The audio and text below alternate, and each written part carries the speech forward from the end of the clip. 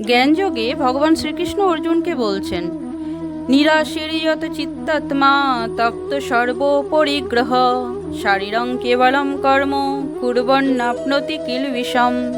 অর্থাৎ এই প্রকার জ্ঞানী ব্যক্তি তার মন ও বুদ্ধিকে সর্বতোভাবে সংযত করে কার্য করেন। তিনি প্রভুত্ব করার প্রবৃত্তি পরিত্যাগ করে কেবল জীবন ধারণের জন্য কর্ম করেন।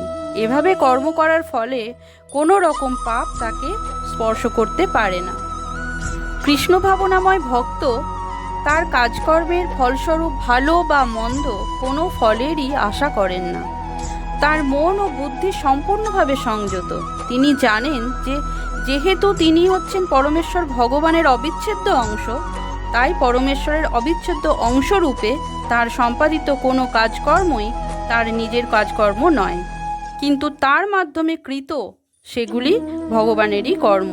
যেমন হাতটি যখন সঞ্চালিত হয় তখন হাতটি নিজের ইচ্ছায় তা করে না, সমস্ত শরীরের প্রচেষ্টার ফলেই তা সম্পন্ন হয়।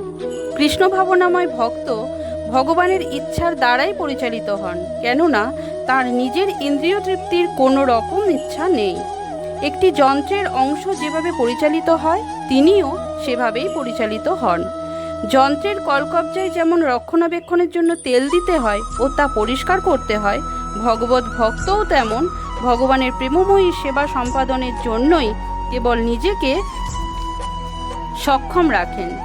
তাই তিনি তার সব রকম কর্মফল থেকে মুক্ত।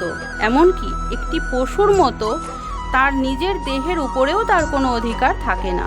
পশুর নিষ্ঠুর মালিক অনেক সময় তার অধিকারে থাকা পশুটিকে বলি দিয়ে থাকে, তবু পশুটি কোনো প্রতিবাদ করে না, তার প্রকৃত কোনো স্বাধীনতাই নেই।